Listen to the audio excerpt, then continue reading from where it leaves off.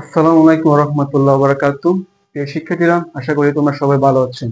তো আমরা বিগত যে টপিকগুলো পড়ছিলাম সেখানে পড়ছিলাম যে রাশি, তারপরে স্কেলার রাশি, ভেক্টর রাশি, স্কেলার রাশি উদাহরণ, ভেক্টর রাশি উদাহরণ, তারপরে স্কেলার রাশি গুণফল, ভেক্টর রাশি গুণফল। ঠিক আছে, তো আজকে যে আমরা টপিকটা নিয়ে আসছি এই টপিকটা আমাদের গ এবং গহ এর জন্য খুব গুরুত্বপূর্ণ। তো এখন আমরা দেখব যে এখানে কি বলছি, দেখাও যে ভেক্টর দ্বয়। ভেক্টর দ্বয় মানে কি? দুটি ভেক্টর। ঠিক আছে, দুটি ভেক্টরকে বলা হয় কি? ভেক্টর দ্বয় পরস্পর, ভেক্টর দ্বয় পরস্পর সমান্তরাল হলে, মানে একটি ভেক্টর অপর একটি ভেক্টর কি হলে? সমান্তরাল হলে ভেক্টর দ্বয় গুণফল কি হবে? শূন্য হবে। অর্থাৎ তুমি যদি দুটি ভেক্টর নাও, এই দুটি ভেক্টর কি হতে হবে? সমান্তরাল হতে হবে। দুটি ভেক্টর সমান্তরাল হতে হবে এবং তাদের বলছে কি ভেক্টর গুণফল শূন্য হবে। অর্থাৎ দুটি ভেক্টর যদি গুণ করো, গুণফল কি হবে? শূন্য হবে। চলো আমরা এই দেখে আসি। মনে করি এ একটি ভেক্টর এবং বি একটি কি ভেক্টর, এবং এই দুটি ভেক্টর কি হতে হবে? সমান্তরাল ভেক্টর হতে হবে। আমরা এর আগে পড়ছিলাম কি, যেমন সরণ ভেক্টর, তারপর সমান্তরাল ভেক্টর, সদৃশ ভেক্টর, আয়ত একক ভেক্টর। ঠিক আছে, তারপর বিপরীত ভেক্টর, অনেকগুলো ভেক্টর দেওয়া আছে আমাদের বইয়ে। কিন্তু আজকের যে টপিকটা সেটা হলো কি সমান্তরাল ভেক্টর হতে হবে।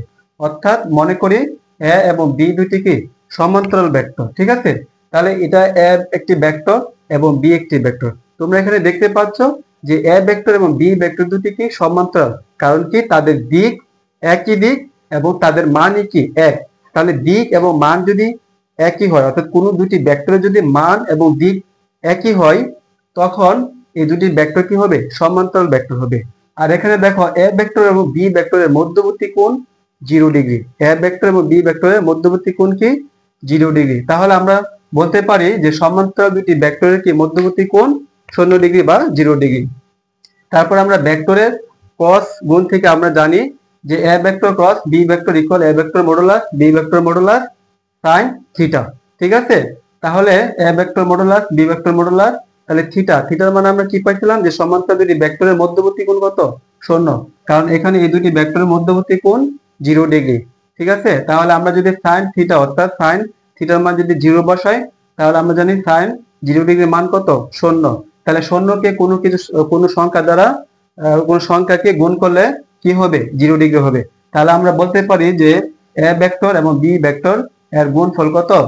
0। সুতরাং ভেক্টর দ্বয় পরস্পর সমান্তরাল হলে ভেক্টর গুণফল কি হবে? 0 হবে, অর্থাৎ 0। ঠিক আছে, এটা অ্যান্সার।